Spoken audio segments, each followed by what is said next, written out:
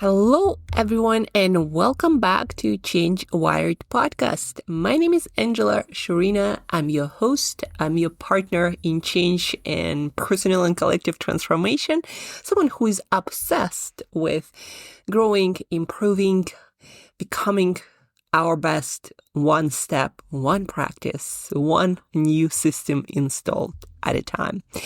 And today, guys, I'm recording this podcast on Sunday, and it's going to be a short one, but very, very effective. It's going to help you to use your feelings more effectively to direct your life where it needs to be going for you to feel more fulfilled and to create more of experiences that give your life meaning and give you sense of progress, of personal growth, professional growth in any area that is important to you.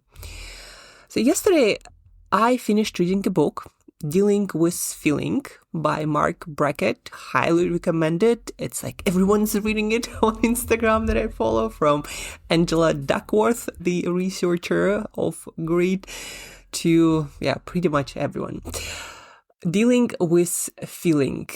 It's all about taking charge of your life and learning to use your feelings and emotions and moods in a way that, again, lead you towards the life that you want to have more of, more meaning, more fulfillment, more good things that fill your cup.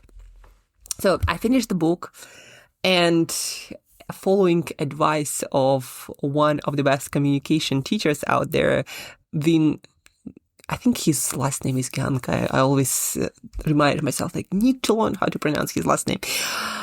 But anyhow, I listened to one of his short videos, and he mentioned his practice with books.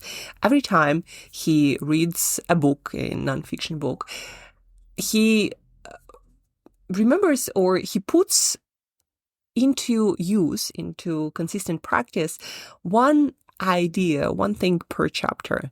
And I thought to myself, well, that's a good practice. Maybe I'm not going to be that ambitious that I'm going to be putting into practice one thing per chapter, because if there are 11 chapters, it's just too many things. So I'm one idea from every book I read, I'm going to put it into practice. And so I finished reading the book, Dealing with Feeling, and I said to myself, while reading the book, there was one moment in the book, one question. And after I read this question, I'm like, it made me ask this question. And then immediately there was an aha, an insight that unlocked what I'm going to be focusing on till the rest of the year, actually. So you could say that it immediately shifted the trajectory of my life, at least for, the next quarter, the next 90 days.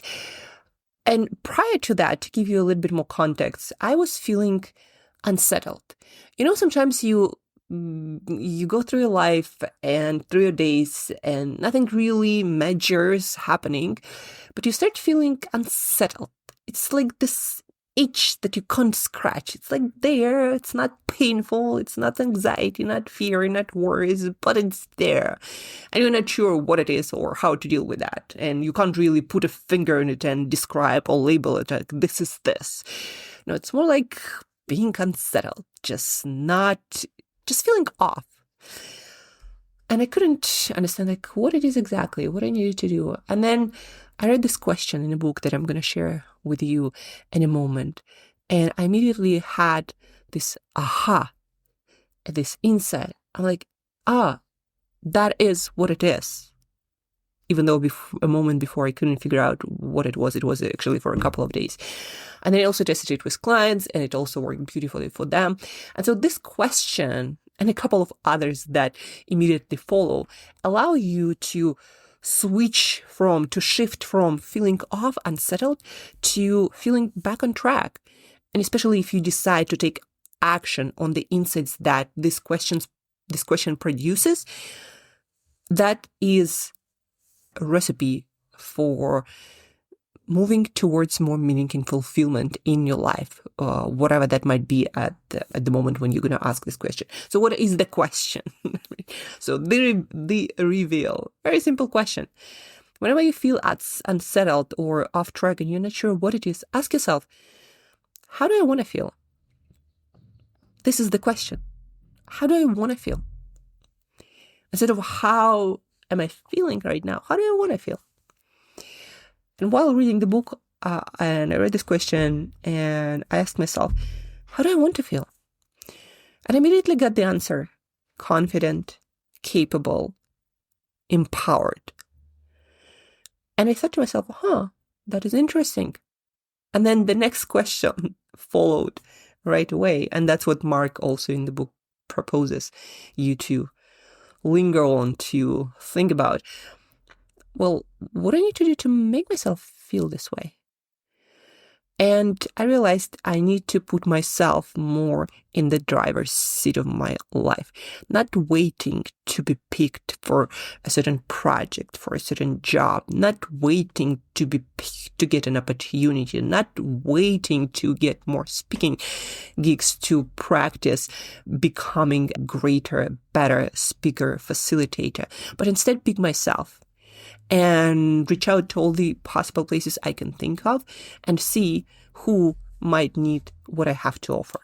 And instead of hoping for the results to come, put in a lot more action in my plan, in my day-to-day actions and processes and practices that have the ability to move me further, to get me better, to help me make progress, right? I always say perfect, it's such an elusive concept, or getting a certain goal or result, but better is always available. Every day we can take an action, a couple of action, a series of action that can get us towards better in the meaningful pursuit that we feel the need to do right now. And so back to this question, I asked myself, how do I want to feel? Like, it feels that I'm a little bit off and I'm unsettled and I'm not sure what it is. So how do I want to feel? And I got these answers: capable, confident, empowered. And I asked myself then, what do I need to do to feel that way? And immediately I realized that, again, I was putting too much into someone else's hands, or waiting for other people to choose me, to give me the opportunity, to pick me.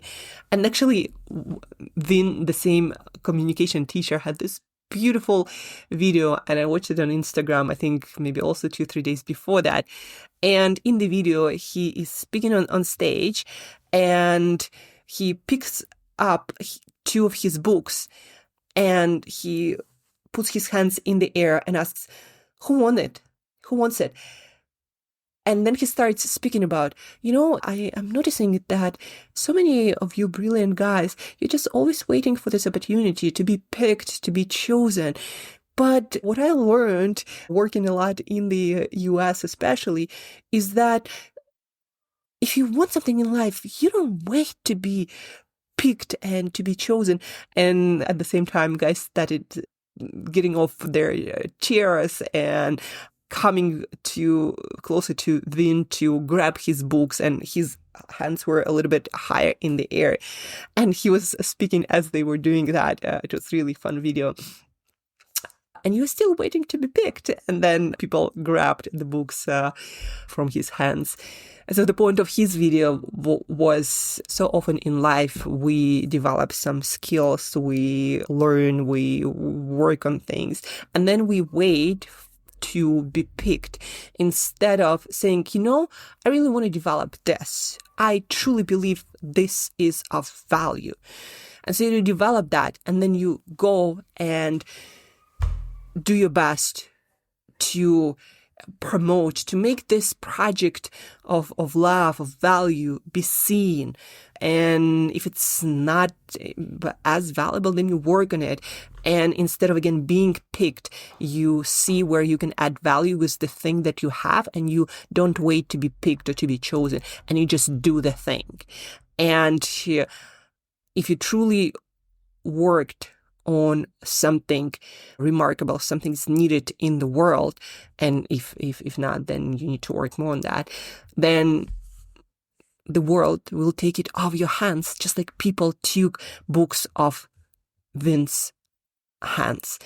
So, and this question, funny enough, just made me realize that I was still waiting to be chosen, to be picked, to be given the opportunity.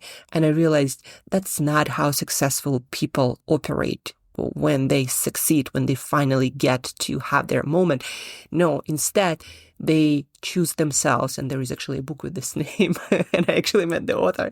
They choose themselves. They pick themselves. They create opportunities for themselves. They create the value that they feel is needed in the world. And then they let the world take the goodies of their hands. And so this question made me realize, hey, this last 90 days, this last quarter of this year, Angela, this is for you to claim your power to create something of value without the world picking you and choosing you and giving you the opportunity to get out there and create those opportunities for yourself with exceptional work that the world would be happy to take off your hands.